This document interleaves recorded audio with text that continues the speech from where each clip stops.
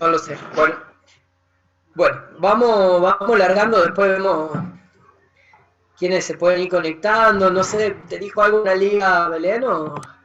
Le escribí a Analía al privado para que hable, pero no sé si me leyó y estoy viendo de solucionar a la chica que le sale ID inválido. Yo entré con el mismo ID manualmente y sí me entró, así que no es un problema del ID en sí. Entré. Hola Ya Sofía. está. No podía entrar, me pedía Sofía el Crespo, correo. que está acá. Sí, Bueno, ella. escuchen, si alguien no me puede escuchar o no me puede ver o no nos puede ver o no nos puede escuchar a todos, escriban por el chat, que ahí voy a volver a poner hola, para que veamos si podemos solucionarlo. Pero en principio, si no pueden escuchar o ver, nos comunicamos por el chat, ¿sí? Bueno, Bueno, ya somos 7, podemos ir largando un poquito, ¿no? De última, si se van sumando. Ahí está Analia. Analia, hola Analia. ¿Nos escuchás?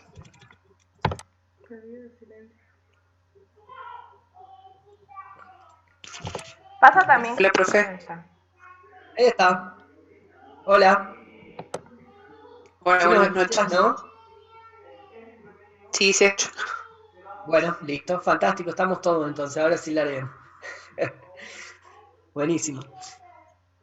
Bueno, si van apareciendo más gente, lo vamos sumando. Bien, unidad 2, trabajo práctico 4. Como vieron, estamos haciendo 2 trabajos prácticos por unidad, excepto las 5, perdón, excepto el trabajo práctico número 5, que va a ser un solo trabajo para la unidad 3. Es decir, de la unidad 3 vamos a hacer solo uno, porque por otro lado, tampoco nos van a dar los tiempos. En principio, no eran tantos trabajos prácticos, pero bueno, como cambiamos la modalidad, tuvimos que aumentar un poco las tareas, ¿no? Yo generalmente suelo hacer un solo trabajo práctico por unidad, más la nota al parcial, todo eso se redondea, por supuesto el parcial tiene que estar aprobado y con eso ya está la regularidad. Eh, ¿Hay Profe, alguien más, Lucía? con esta Sí. modalidad también promocionamos. Sí, yo el año pasado los promocioné. Sí, el año pasado los promocioné. Pero el tema es que, a ver, esto es lo que yo no sé todavía cómo hacer. Y tendría que preguntarle a las chicas, ¿no? A Ivonne y a Barbie. Ustedes saben que la promoción es interna, por lo tanto, se tienen que inscribir igual a las mesas de finales. ¿Me Claro. entienden esto, no? Es decir, en el caso que promocionaran, también se tienen que inscribir a la mesa de final como si fueran a rendir. Pero no rinden, sino que simplemente les paso la nota. ¿Me siguen, no? No sé cómo haríamos en este caso. Déjenme que yo pregunte con Marcelo. Y sí, no hay problema. Si él me dice que se puede administrativamente hacer, lo hacemos, no hay drama. Porque hay un libro especial de promocionales, ¿sí? Pero hay un acta también que se hace y por lo tanto se tienen que inscribir también en esa acta. Sí, lo hacemos. Pero esa es una cuestión mía que yo tengo que resolver, digamos, No, cómo después claro, les paso la nota. yo me refería a esta El tema, modalidad extraordinaria de cuarentena, porque, o sea, la materia usted no había dicho ya a principio de año, en las primeras clases, que sí era promocional. Todo obviamente bajo que es Ponchi. promocional, sí. Claro, pero yo me refiero a si todavía sigue evaluando promocionalmente con esto de virtualidad. Sí, sí, ¿por qué no? Sí, Ah, sí, pregunto.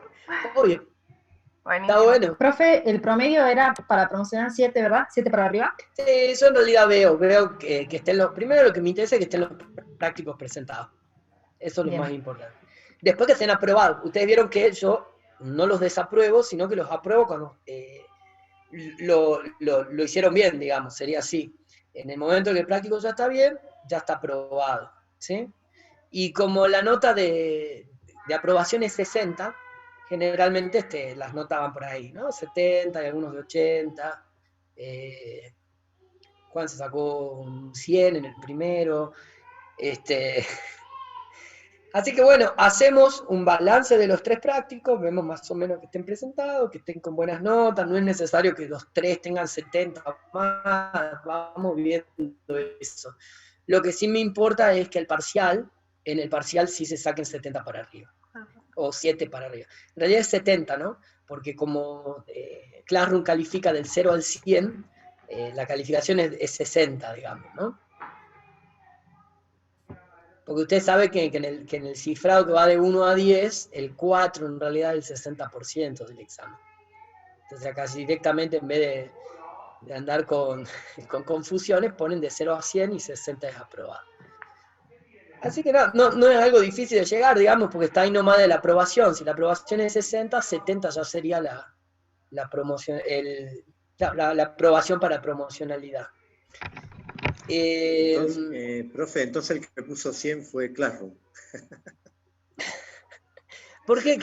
¿En qué trabajo El 4 ya, peronismo y estado de bienestar. No lo revisé, por eso te decía que recién ahora estaba viendo las Claro. instrucciones, recién veo que lo presentaste. Pero vos Sí. siempre presentás antes del No hay plazo, problema. está bueno. No Ahora lo sabía. vemos. Ahora lo No vemos. hay problema.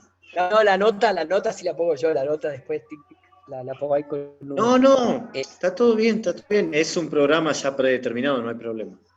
No lo sabía nada más.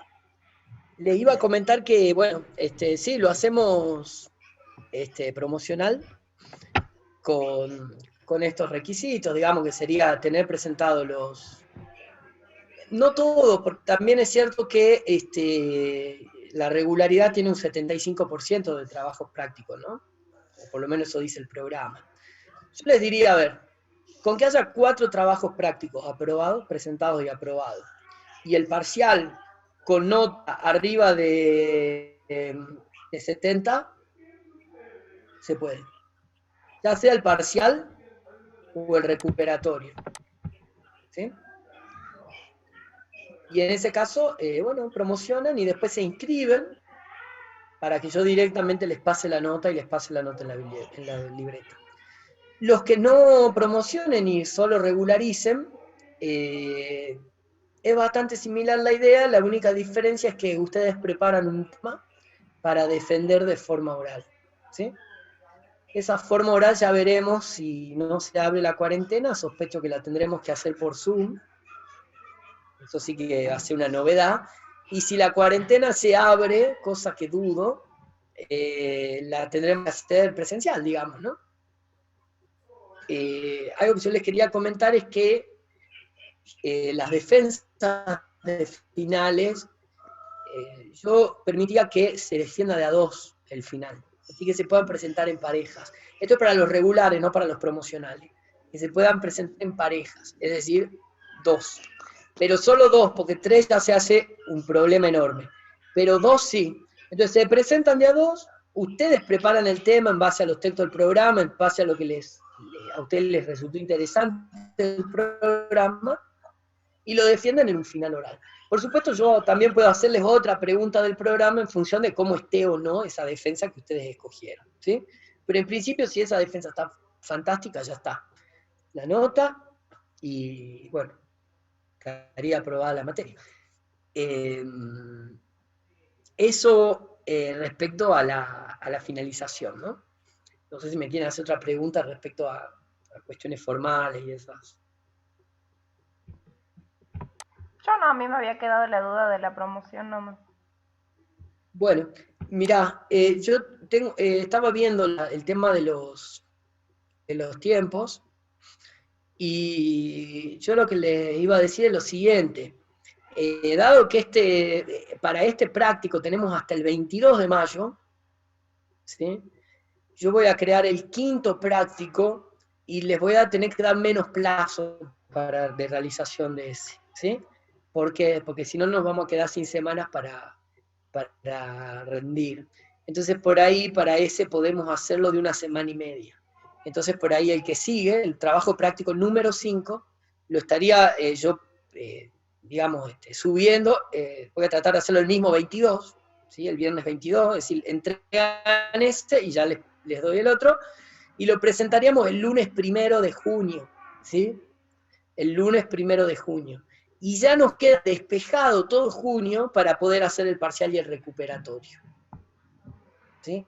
Nosotros tenemos desde el 1 más o menos hasta el 20 de junio. ¿Sí?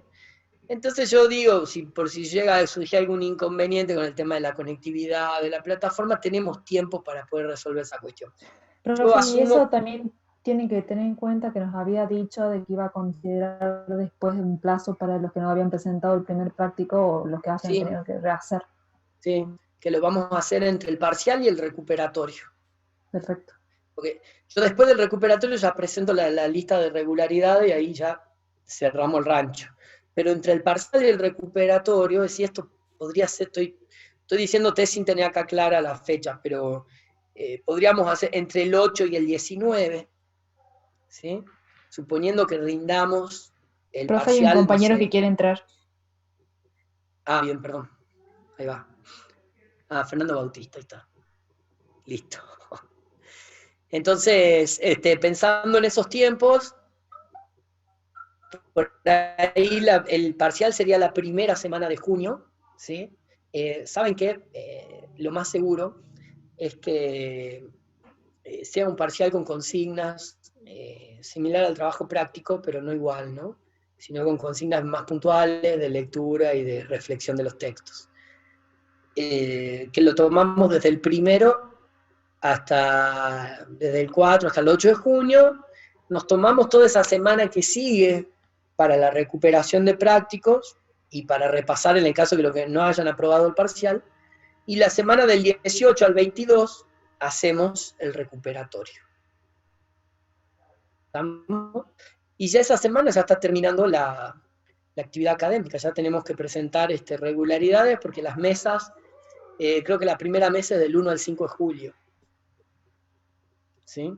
Acá está, del 6 al 10 de julio, no, del 29 al 3 de julio ya comienza, del 29 de junio al 3 de julio ya comienzan las mesas ordinarias.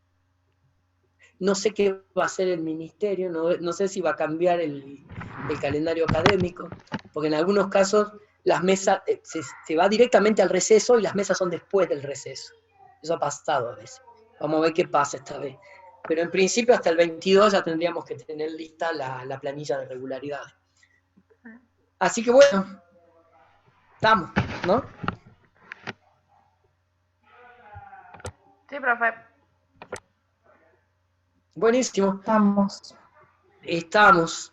Y bueno, hoy puntualmente les quería hablar un poquito sobre el trabajo práctico número 4 que estamos haciendo, que es sobre estado de bienestar.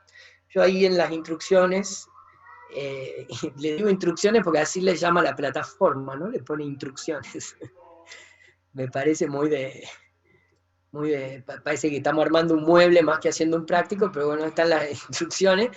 Yo le hice una pequeña introducción, que bueno, básicamente la década infame finaliza a raíz de los mismos, de las mismas críticas por la cual la historiografía la ha terminado conociendo como una década infame, ¿verdad?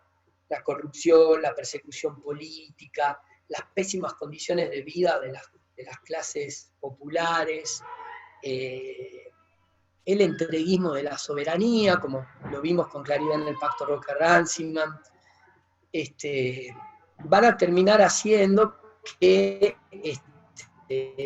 frente a la clausura permanente de los mismos conservadores para habilitar espacios de discusión y volver a reabrir el sistema democrático, que ustedes saben en ese momento estaba bajo la decisión fraudulenta de las propias élites, es que finalmente la década infame en el 43 va a terminar de alguna manera implosionando, y los que van a presionar fuertemente para que esto termine van a ser los sectores más nacionalistas del ejército, ¿sí? Nucleados en el Grupo de Oficiales Unidos, también llamado GO, donde Perón va a tener un rol bastante importante, ¿sí? A medida que el GO va gobernando, Perón también va a ir ganando puestos de cada vez mayor poder de decisión y poder político dentro del Estado, ¿sí? ¿Por qué les cuento lo de Perón? ¿Y por qué les cuento de los años anteriores a la presidencia de Perón? Porque para poder entender el peronismo y la emergencia del peronismo como fenómeno moderno, tenemos que entender también un poquito antes qué pasaba con los sectores populares y qué pasaba con este nuevo Estado, ¿sí? Que surge de un golpe, este nuevo gobierno que surge de un golpe que va a crear un nuevo Estado. ¿Sí? Este sería el segundo golpe de Estado, el del 43, ¿no? Que es un golpe de Estado a un gobierno que ya es ilegítimo, que había llegado por otro golpe de Estado. ¿Sí? Entonces esto tenemos en el 43. La diferencia es que los sectores que emergen del golpe de Estado tienen un compromiso mucho más fuerte y una idea mucho más clara de la necesidad de la intervención del Estado. ¿Sí? Es decir, si los liberales de la década del 30 crean y organizan estas herramientas de intervención que nosotros habíamos visto, ¿no? El Banco Central, las juntas reguladoras, el control de cambio, entre otros, lo hacen porque no hay otra alternativa posible, porque era la única forma de restablecer algún nivel de normalidad económica en el país. El golpe del 43 tiene otro pensamiento respecto a esto. Tiene otro pensamiento respecto a la necesidad de industrializar el país, ¿sí? Sobre todo una industria muy vinculada al desarrollo de las propias Fuerzas Armadas. Entienden que el poderío militar de un país depende de su poderío militar industrial, esto no se les escapaba, pero también entiende crecientemente que el final de la guerra va a definir un nuevo enemigo. El enemigo ya no va a ser el bloque nazi-fascista, ya no va a ser Mussolini, Hitler, etcétera, etcétera, sino que el nuevo enemigo que emerge posterior a la Segunda Guerra Mundial es el comunismo. ¿Sí?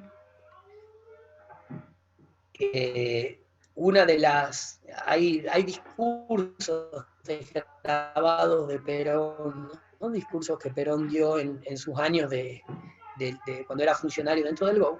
Hay un discurso donde se dirige a la cúpula del ejército, esto es decir, al Estado Mayor de las Fuerzas Armadas, y le explica a Perón por qué estaba llevando adelante determinadas políticas sociales y políticas laborales que favorecían a los trabajadores, desde su cargo de secretario de Trabajo y Previsión de la Nación, ¿sí? Que lo asume más o menos a principios del 44, final del 43, principio del 44. Todavía Perón no es presidente, todavía estamos dentro del golpe del GO, ¿sí? ¿Y qué les va a explicar Perón? Les va a decir, miren muchachos, la situación es la siguiente. El mundo que nos viene es un mundo bipolar, porque ya más o menos a mediados del 44 ya está más claro cómo va a terminar la guerra mundial y cómo se van a realinear las potencias en función de las victorias y los derrotados en esa guerra. Y lo que entienden muy bien estos sectores del ejército nacionalista es que el mundo va a quedar dividido en dos, que va a haber una situación de enemistad, ¿no? La alianza coyuntural que logra la Unión Soviética con Inglaterra, con Francia, con Estados Unidos, es una alianza coyuntural que se va a ir desgastando muy rápidamente una vez finalizada la guerra. Y el conflicto ya no va a ser entre el eje nazi-fascista y el resto de los regímenes, sino va a ser entre comunismo y capitalismo. Y Perón dice, mire, para evitar, por eso les recomiendo que vean ese video que yo les dejé, y también les voy a recomendar una película que está muy buena verla, que se llama Juan y Eva, no sé si la vieron, pero la pueden ver. No. Es una película, esa es ficción, está muy buena. Juan y Eva cuenta de alguna manera todo lo que va pasando hasta el 17 de octubre, ¿sí? Hasta el 17 de octubre. Es decir, cómo Perón va ganando posiciones políticas dentro del gobierno a raíz del creciente apoyo que los sectores populares le van a ir dando. Y fíjense ustedes, acá nosotros podemos hablar de alguna de las astucias de Perón, que logra ver con claridad ya en el 43 la importancia que tenía esa nueva clase social que se forma a raíz del proceso de industrialización del 30. Si ustedes quieren, yo creo que la inteligencia de Perón radicó en poder ver allí un potencial sujeto político. ¿Sí? Esos sectores populares, trabajadores industriales que habían emergido en las grandes ciudades, sobre todo a raíz del proceso de industrialización del 30, no encuentran representación. ¿Sí? Perón se da cuenta que los partidos comunistas y socialistas empiezan de a poco a lograr la atención de algunos de estos sectores. Entonces, por un lado está la estrategia de constituir un nuevo sujeto político. El actor social ya está, falta convertirlo en sujeto político. Y por otro lado, y acá no hay ninguna duda, Perón en este sentido era fuertemente anticomunista, evitar que las organizaciones de la izquierda, digamos, de la izquierda más extrema, logren un acercamiento con esos sectores populares. Entonces, por eso, él va a pedir, fíjense, porque esto es casi una solicitud que sale de él, es esa primero Dirección Nacional del Trabajo, que después el mismo gobierno de Farrell, presidente en ese momento era Farrell, Edelmiro Farrell, va a jerarquizar y la va a hacer Secretaría de Trabajo y Previsión. Y desde esa secretaría, en el 44, todo el 44 y hasta mediados del 45, va a iniciar un proceso muy novedoso en la Argentina, donde por primera vez el Estado, ¿sí?, va a ponerse como un mediador táctico entre el capital y el trabajo, ¿sí? Y ahí, si ustedes quieren, está una de las ideas fundamentales del estado de bienestar, ¿sí? Y la vamos viendo, ese anticipo del estado de bienestar ya en el 43-44. Esta idea de que el Estado debe mediar en el conflicto entre el capital y el trabajo. Y por supuesto, en el caso de Perón, secretario de Trabajo y Previsión, esa mediación en el conflicto siempre va a ser teniendo en cuenta una mejora significativa en el bienestar de los sectores populares. Es decir, no es una mediación neutra, sino que es una mediación con interés en mejorar algunos estándares de vida de estos sectores trabajadores, ¿sí?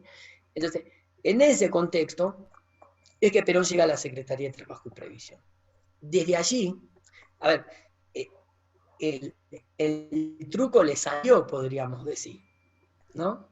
Cuando nosotros leemos las cartas, después ustedes saben que el 12 de octubre de 1945, a Perón lo detienen, las mismas fuerzas armadas que antes lo apoyaban, ahora lo detienen, sobre todo por la presión de la propia oligarquía, por la presión de las cúpulas empresarias y por la presión de la oposición.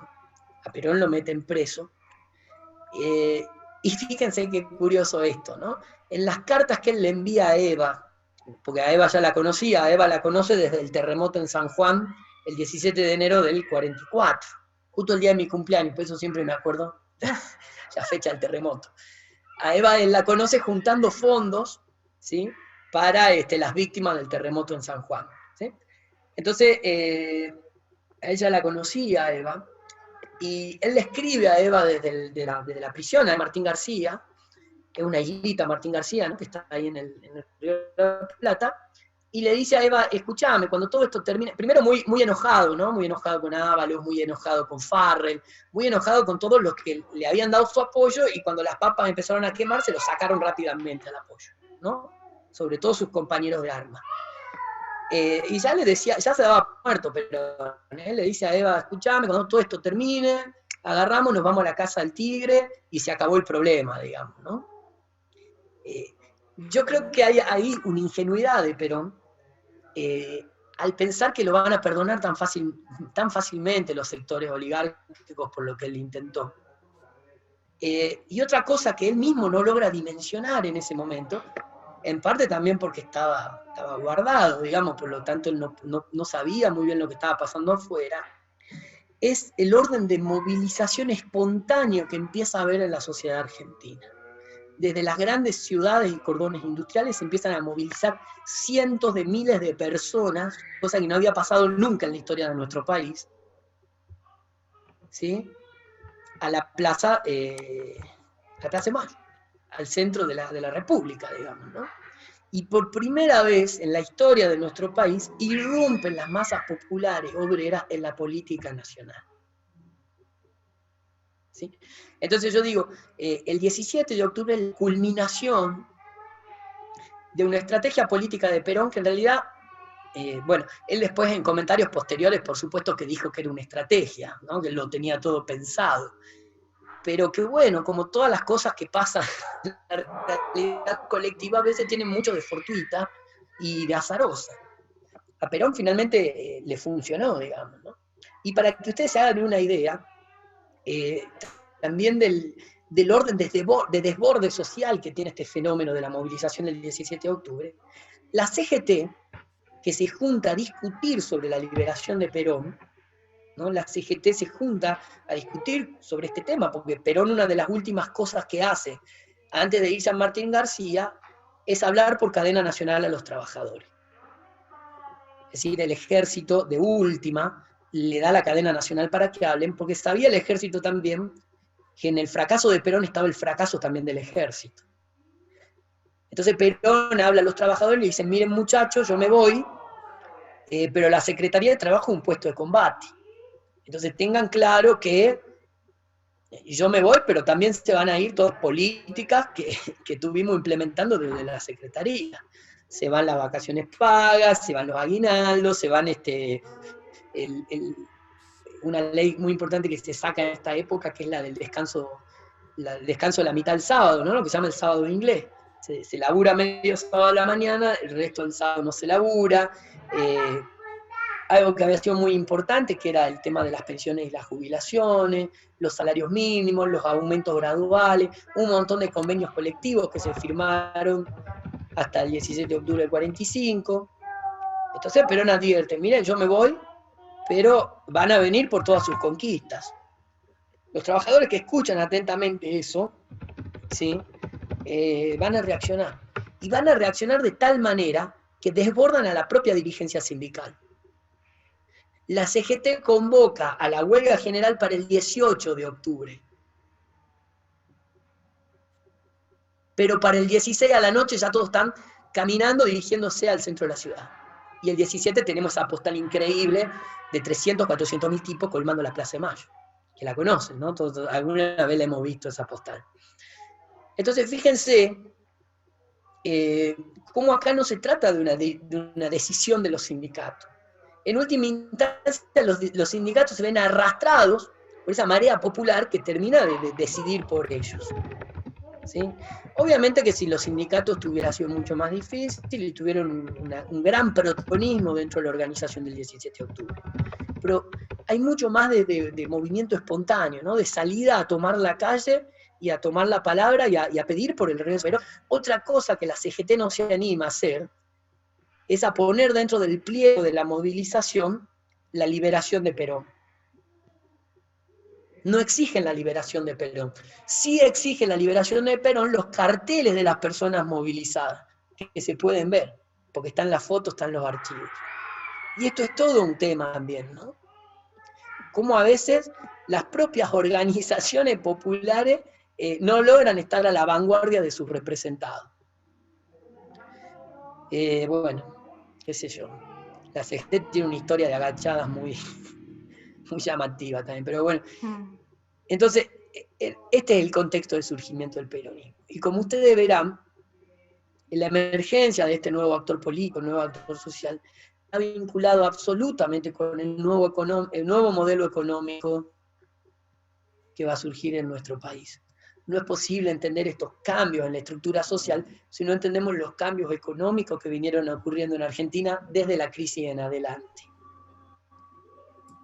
Hasta acá más o menos me siguen, ¿cómo van? Sí. ¿Vamos bien? Sí, el resto, a los que no los estoy viendo, porque veo a Juan, veo a Belén y veo a Emma, pero no veo a los demás y no sé si están, no están.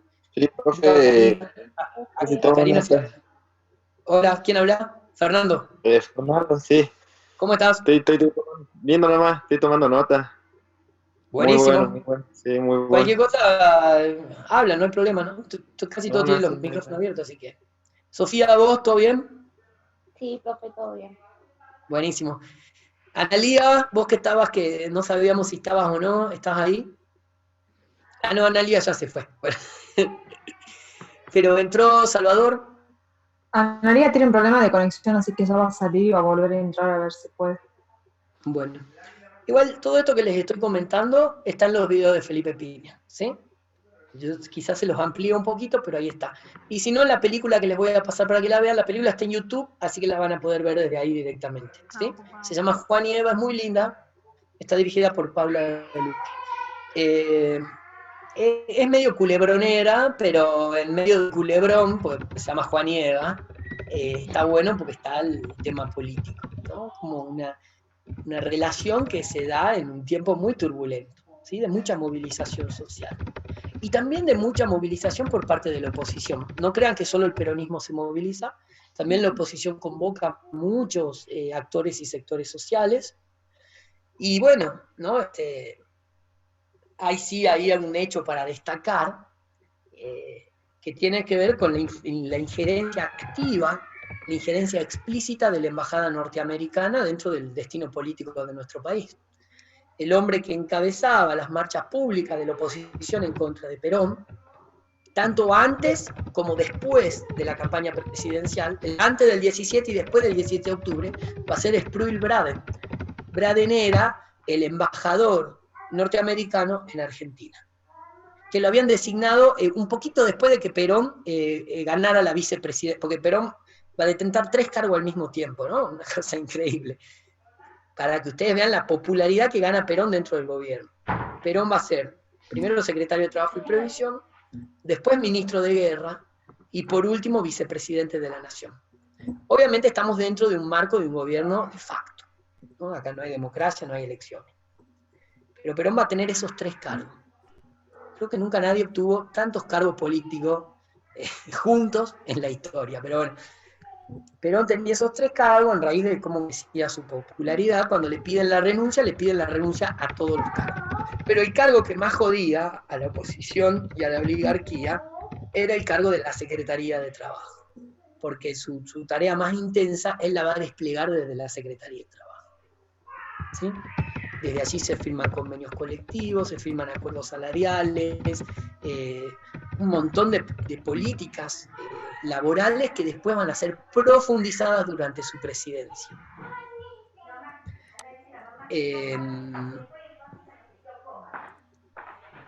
Esto es muy raro, ¿no? Tiene hasta, si quieren ustedes, cierta contradicción. Estados Unidos promueve, después de la Guerra Mundial, después de salir victoriosa en esa Guerra Mundial, toda la década del 50, del 60, Estados Unidos va a promover la formación de estados de bienestar o de determinados tipos de políticas de bienestar en los países del tercer mundo, sobre todo en los países del tercer mundo. Porque entiende Estados Unidos que el desarrollo de las políticas sociales es la mejor arma con la que cuentan las naciones subdesarrolladas para combatir el avance del comunismo. ¿Sí? No obstante, eso es como hace el Fondo Monetario Internacional, ¿no? Una cosa es lo que el fondo recomienda, finalmente otra cosa es lo que el fondo hace. Y si bien en la Alianza del Pacífico está muy clara esta postura de Estados Unidos respecto a la necesidad de crear instituciones de bienestar, cuando esto aparece, Estados Unidos se opone fuertemente a esos gobiernos. Es el caso del peronismo. Estados Unidos se opone fuertemente a que Perón llegue a la presidencia. Finalmente el peronismo gana con el 52% de los votos sobre el 42% de la oposición. Y bueno, ahí comienza una nueva etapa de la historia argentina, ¿no? Donde no vamos a revisar de manera entera porque es larguísima, porque tiene un montón de cosas para revisar, pero yo sí les pido que tengamos en cuenta, en función de que venimos haciendo nosotros si quieren, una búsqueda sobre todo exhaustiva en términos económicos y políticos, sí quiero que nos centremos en algunos hitos fundamentales del peronismo, ¿no? El peronismo, en realidad lo crea Farrell un poquito antes de que Perón llegue a la presidencia, pero van a crear una institución que es central, que es el Instituto Argentino de Promoción del Intercambio, o de Promoción e Intercambio, que es el IAPI. Ustedes van a tener que averiguar ahí en el texto de Rapoport en qué consistió este llamado IAPI y por qué fue tan importante en la definición de las políticas del peronismo. ¿Sí? Otra cosa que Argentina nunca había hecho hasta ese momento en la historia es planificar la economía. Nunca había habido programas de planificación económica. El antecedente más cercano que tenemos es el Plan de Construcción Económica de Pinedo, del 40, que finalmente nunca se aprueba. Pero más allá de eso, nunca el país se había dado un marco orgánico, consensuado entre distintos actores sociales, que piense un plan a largo plazo para el desarrollo argentino. Y no para cualquier desarrollo argentino, sino para el desarrollo de la industria argentina. Eso van a ser el primero y el segundo plan quinquenal, que también ustedes después van a ir leyendo, porque cada uno tiene su especificidad, su contexto histórico, ¿sí? Sale en determinado momento. Además de que el segundo plan quinquenal está inconcluso. Por el golpe del 55, solo tenía 2 años y medio de andar, cuando el golpe lo deroga totalmente. Y otro hito muy importante del gobierno peronista va a ser la sanción de la Constitución del 49, ¿sí? Que es una constitución que tiene una importancia fundamental, que es darle rango constitucional a muchos de los derechos y las garantías que el Estado social había conculcado hasta ese momento, ¿sí?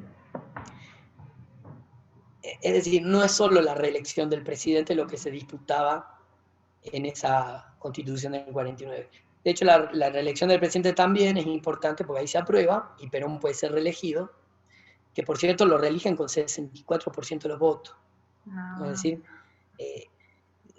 10% más del 10% de lo que había ganado en primera vuelta. Entonces, para que tengan en cuenta, ahí están algunos de los hitos más importantes. Después ustedes, si quieren, pueden analizar otros, ¿no? Por ejemplo, el voto femenino no fue para nada menor, el voto femenino es algo muy importante que hizo el gobierno de Perón. Hay cosas que por ahí están medio olvidadas, pero que Rapo pues las recuerda, y tienen que ver con lo que fue la obra pública en infraestructura de servicios públicos. El peronismo fue inmensa. Lo que se construyó en vivienda durante el peronismo, si bien es cierto no logró a solucionar el déficit habitacional que existía, que era realmente brutal, estuvo más arriba del 50% de superar ese déficit. Es decir, realmente fue increíble lo que el gobierno ese hizo en términos de obra pública, de vivienda, de construcción de escuelas, de ampliación de la participación de los niños y adolescentes en las escuelas, ¿sí? El peronismo logra algo que la generación del 80 no había podido hacer durante todos los gobiernos conservadores, que es finalmente lograr tasas casi cero de analfabetismo y el ingreso casi universal de los niños a la escuela primaria. A eso hay que sumar la ampliación de la participación en la escuela secundaria, que ustedes saben que hasta la ley del 2006, ¿no? La Ley Nacional de Educación no va a ser totalmente obligatoria. También ha sido muy intensa su tarea en eso. Y otra cuestión no menor, y que es un antecedente para pensarnos hoy acá, es el tema de la ampliación de la oferta en educación superior, con la llamada universidades obreras, ¿sí? Y con la apertura de ciertos profesorados y universidades en todo el país. Digo porque generalmente se atribuye a la reforma del 18 la gratuidad de la universidad, y en realidad la reforma del 18 solo habló del cogobierno y de que bueno, que no era menor en ese momento, ¿no? Pero solo hablaba del cogobierno y de sacar a la iglesia de las universidades. Efectivamente, el que iba a ser gratuita la universidad, y por lo tanto también los sistemas superiores de enseñanza, va a ser el peronismo, en el año 1949. Entonces fíjense cómo hay una serie de medidas que van acompañando los derechos laborales y que tienen que ver con dos momentos de este estado del estado de bienestar, ¿no? Es decir, las mejoras directas en la calidad de vida de las personas, que tienen que ver con la cuestión salarial, puntualmente con la cuestión salarial, con las mejoras en las condiciones de trabajo y de salario. Pero al mismo tiempo, paralelamente, este es el otro momento de ese estado de bienestar, son todas aquellas prestaciones indirectas que el estado de bienestar va haciendo, y que tienen que ver con el proceso de desmercantilización de ciertas actividades y servicios básicos que la ciudadanía exige. Por ejemplo, desmercantilizar la salud. ¿Cómo? Creando un tejido de salud pública universal. Desmercantilizar la educación. ¿Cómo? Creando un sistema de educación para obreros y para la mayoría de la población. Y así, etcétera, etcétera, ¿no? Porque no basta con decir que las vacaciones van a ser pagas. Hay que garantizar que estén las condiciones de infraestructura, de lugares, de preparación, de hoteles, de acceso, para que esas vacaciones realmente se puedan disfrutar, ¿no? Entonces, por ejemplo, los hoteles obreros, qué sé yo, en Río Cuarto hay uno, en Chapadmalabria otros, bueno, hay por todos lados. Todos esos hoteles van a surgir en función de esos nuevos derechos que se van creando y ampliando. Entonces, por un lado, beneficios, o si se quiere ustedes, prestaciones directas del estado de bienestar, que tienen que ver con la cuestión de la renta y el ingreso, puntualmente. Pero por el otro lado, prestaciones indirectas que claramente impactan en la renta, pero lo hacen de manera indirecta. Planes de vivienda, planes de infraestructura, acceso a mejores servicios públicos, acceso a educación pública, salud pública, etcétera, etcétera. Que de última, si funcionan bien, lo que hacen justamente es mejorar la capacidad adquisitiva. Porque si un país tiene un buen sistema público de hospitales, vos ya no te tenés que preocupar por la salud. ¿Se entiende esto, no? Miren,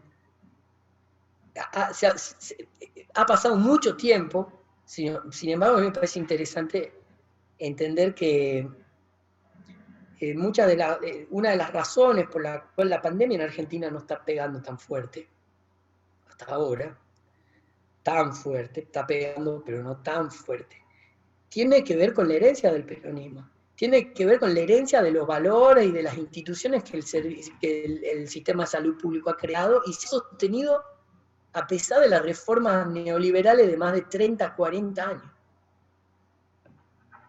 Entonces fíjense si no será algo para tener en cuenta todo este proceso que se desencadenó a partir de 1943 en adelante.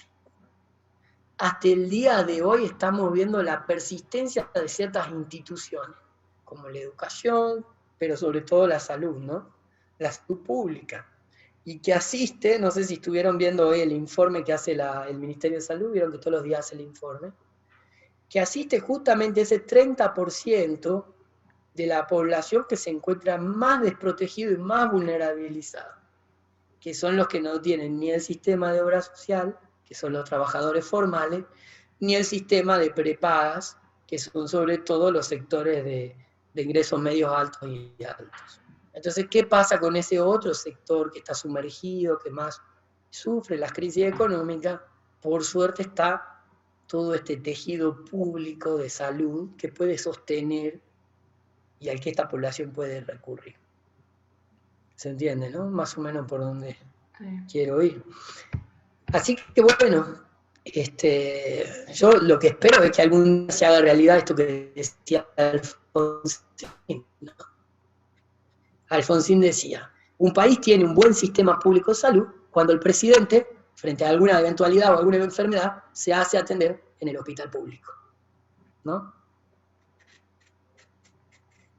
Y a mí me gustaría que eso suceda, digamos, ¿no? Que tengamos un sistema de salud tan bien preparado, tan genial, que todos nos vamos a atender en ese sistema de salud y ya no sea necesaria la salud privada. Eso sería lo ideal. Pero bueno, estamos lejos de eso, ¿no? Tenemos un sistema mixto, ¿qué va a ser? Bueno, entonces, eso más o menos un resumen de las preguntas que por ahí tienen que responder, que pueden ver. Hay algunas cosas importantes para que se anoten entonces, que son indagar sobre la reforma constitucional del 49, la Constitución Social, indagar sobre el IAPI y su funcionamiento, que funciona muy parecido a las juntas reguladoras, solamente que absorbe todas las juntas reguladoras en una sola institución.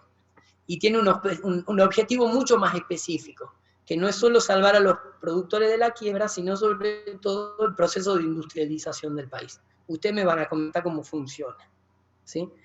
Después Bueno, hay un montón de instituciones, no, el Banco Nacional de Desarrollo, el Banco Hipotecario para las viviendas, los planes de vivienda, los 2 planes quinquenales son fundamentales, ¿sí? Y por supuesto también hay algunas cosas que nos hacen mucho ruido, ¿no? Que a mí sobre todo, y que bueno, esto hace descender mi peronismo en sangre, pero en general hay que decirla. Por ejemplo, una cosa es el encarcelamiento de opositores.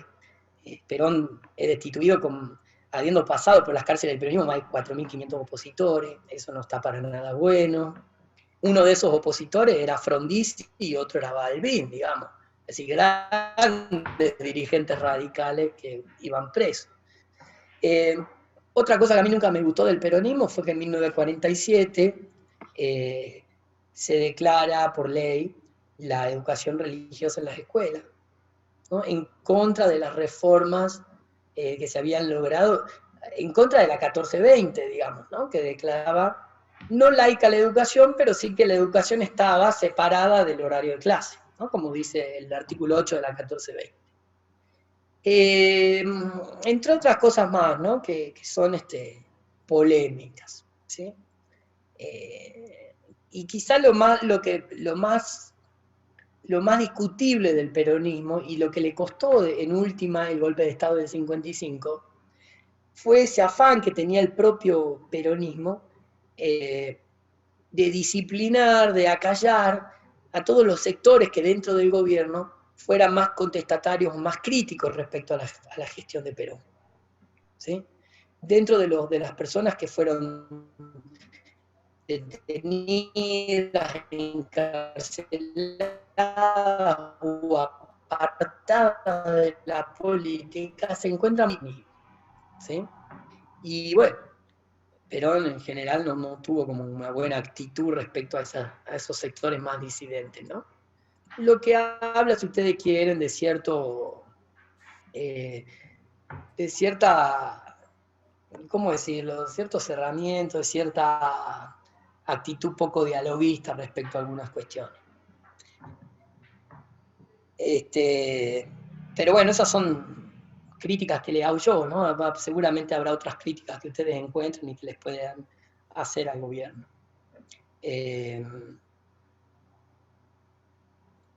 No sé, creo que también en esa desmovilización que el mismo peronismo hace, está también la explicación del golpe, de por qué la oposición encuentra en la Iglesia Católica, al final del mandato de Perón, un buen interlocutor que permite homogenizar todas las posturas contrarias al gobierno de Perón, ¿sí?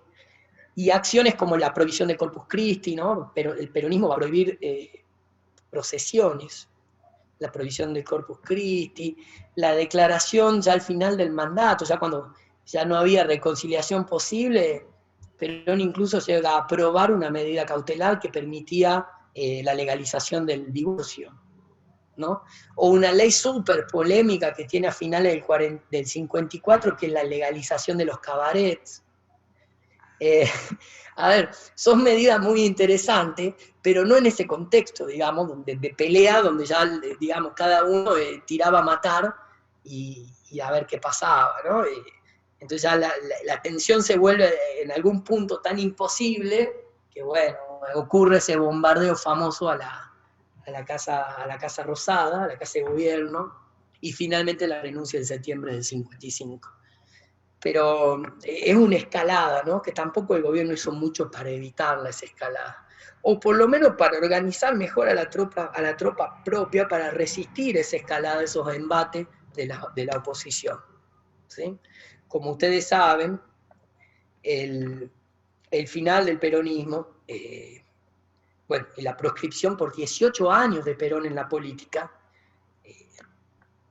no se resolvió de manera sencilla. Hubo bombardeos de las Fuerzas Armadas a su propio país, a su propio territorio. Hubo fusilamientos, hubo persecución, hubo detenciones arbitrarias, ¿sí? Entonces, no es que fue un cambio de gobierno y nada más.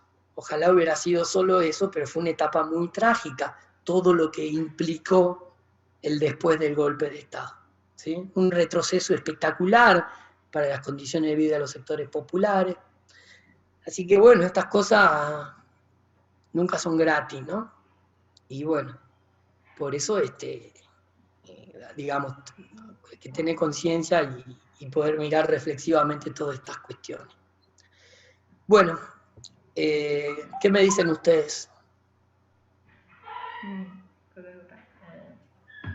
La miro a Emma, que quedó apabullada de tanta información histórica. No, justamente le iba a comentar que tuve tiempo de ver uno de los videos, justo el más corto, buenísimo. pero no sé si por qué esta peculiaridad de que justo este tema es como que lo entiendo mucho más que los anteriores, así que creo que se va a hacer un cachito liviano el trabajo. ¿Sabes por qué? Porque el peronismo ya es historia reciente de nuestro país. Si nos vamos a la generación del 80, parece algo, no sé, de la edad del neolítico, ¿no? A pesar de que fue hace un siglo y medio. En cambio, el peronismo... Así que bueno, mis compañeras del grupo que se queden tranquilas. Bueno. Igual es sencillo, viste que en el manual de Rapoport va explicando cada una de las cuestiones, ¿no? Dice, el IAPI era esto. Yo no quiero que ustedes se metan en cuestiones económicas muy, muy específicas, pero sí más o menos que me sepan decir qué hacía, ¿no? ¿Qué hacía, para qué funcionaba y por qué Perón lo sostuvo esos 10 años de gobierno? O los planes quinquenales, por qué los hicieron y cuáles eran los objetivos, se cumplieron esos objetivos, no se cumplieron. Lo mismo con la Constitución del 49, o con lo que ustedes vean ahí que quieran rescatar de esos hitos, ¿no? Pues son, la verdad, que son hitos de la historia nacional. Perfecto. Bueno, Fernando, Sofi, vos, Belén, Lucía, Juan, Karina. Todo ok, profe, yo la verdad sí lo entendí. Y, Buenísimo. Sos vos, sí, Fernando, ¿no? sí. También está Javier Cruz, que aparece ahí, pero no lo veo acá en las ventanitas. No sé si estará conectado o no. Javier Cruz. Hola. Sí, hola, ¿cómo Hola, estás? ¿Todo bien? ¿Pudiste escucharnos? La mitad de la clase porque tengo problemas de tecnología y bueno, es la primera vez que me conecto y bueno, a la mitad de la clase Bueno. los pude escuchar. Bueno, pero en general estuvimos hablando un poco de los videos y de los textos. Cualquier cosa de última, después cuando lo hagas en grupo, por ahí te pueden comentar tus compañeras del grupo por dónde fuimos, pero recomiendo entonces, esperen, antes que nos vayamos, voy a tratar de enlazarle el link de la película. ¿Quieren? Buenísimo. Profe, yo tengo que hacerle una pregunta. Diga. Tengo miedo. Profe, ¿qué posibilidades hay de que el parcial se pueda hacer de a 3? Porque yo no quiero llegar a la disputa en mi grupo, tener que confrontarnos a ver quién gana, hacer con dupla con quién. ¿Cómo es? ¿Disputa de qué? Claro, que el grupo que conformamos para los trabajos prácticos somos 3. Y yo no quiero pelearme con ninguna para tener que hacer la dupla para el parcial. No, pero pará, porque ahí vos me entendiste mal. El final va de nuevo y de paso también le cuento a... Profe, pasa que cuando usted explicó lo del parcial, la llamada anterior, ahí fue que usted mencionó que el parcial se podía hacer de a parejas, que 3 le parecía mucho, que ya lo iba a pensar bien si era individual o si se podía hacer de pareja. Bueno. Y acá Emma lo que quiere proponer es que se respete los grupos. Hagamos así. Mientras ustedes se comprometan a no hacerlo solos. No, en el grupo no pasa eso. Podemos hacerlo de a 2 o de a 3. Carle, lo que plantea Emma es que se respete. No quiero que lo hagan solos. Lo que quiero que lo hagan solos, porque si ya venimos trabajando todos los prácticos del grupo, claro. Yo pensé primero en pareja, porque digo, son poquitos, por ahí se queda alguno colgado, ¿no? Pero bueno, entonces hagamos así. Respetar el grupo de los trabajos prácticos. ¿Cómo, Belén? Que lo que plantea Emma es, para no dividir al grupo de los trabajos prácticos, respetar los que ya somos, de a 3, que es el máximo. Claro. Bueno, sí. Bueno, listo. Y los que lo veníamos haciendo solos, Es el tema, eso es lo que me preocupa. Pero bueno, Solo mira, 50 extra. Lo en tu sigo haciendo ventana del sola. lado, en tu ventana del lado está Juan, que el segundo Juan lo hizo en grupo ya, ¿no? Sí. El segundo lo hiciste en grupo. Bueno, Sofi, no sé, habría que buscarte una pareja. ¿Ustedes tienen grupo o no de WhatsApp? Sí. Sí, Bueno, sería cuestión ahí que te organices con por lo menos una más o uno más, de a dos, de a tres. solos Entonces no, yo le... ¿Cómo? solos no, Y solito no. ¿Sí? lo hagamos grupal o en pareja. Bueno, Así yo les puedo hacer preguntas que tengan que ver con reflexionar en grupo. Porque a ver, el parcial no va a ser como el trabajo práctico, donde ustedes van y en el texto, más o menos leyéndolo, buscan la respuesta. Va a ser un poquito más para pensar, para reflexionar, para investigar un poquito, ¿sí? Lo que se llama un parcial domiciliario, Claro. donde ustedes tienen un tiempo, pongan una semana, para indagar, investigar y ir haciendo estas cuestiones, ¿sí? Pero no van a ser cosas que se resuelvan simplemente leyendo el texto, sino que exige algún, ¿cómo decirle? Indagación o pequeña investigación por su parte, ¿sí? Y también discusión adentro del grupo. Buenísimo. Por eso te digo, si lo hacemos en grupo, digamos, en pareja o en grupo de tres. No se preocupe, que queda de evidencia para cuando la quiera miro, el grupo de... la estoy mirando a Karina, perfecto. que me mira acá. Después ¿Qué te hablamos en parece? el grupo, así bien. hacemos grupo con aquellos que no tienen, de organizar un poco para que nadie quede excluido del parcial. Si cuando el profe dio la oportunidad de que se empiece el trabajo de a dos, yo dije, ¿quién no tiene grupo para ir armando? Aprovecha esta Bueno, instancia de No, trabajo yo sí práctico tenía para ver grupo. cómo te Tiempo. Espera que Claro, lo Karina que dice pasa que es que yo tenía grupo, pero cuando tuvimos que hacer el trabajo no nos pudimos juntar. Entonces, bueno, yo lo presenté sola. bueno. No, los prácticos ya está, ya los presentaron así. Yo lo que prefería a los prácticos es que los presenten, digamos. Claro. De última, Claro. Cari, de última. Si no aparece el grupo por ningún lado, si no aparece esa media naranja que necesitamos para hacer el trabajo, lo hace solo y ya está. ¿Sí? Bueno. Pero en lo preferible, si pueden conseguir por lo menos uno más para debatir y charlar, sería lo ideal. Si no se puede, lo importante es presentar el trabajo, ¿sí? Una consultita. Diga, Hola. don Cruz, Javier. Bueno, mi condición, bueno, no es de justificarme porque no hice las tareas. Yo recién me pude conectar, de escuchar las clases y bueno, yo estoy medio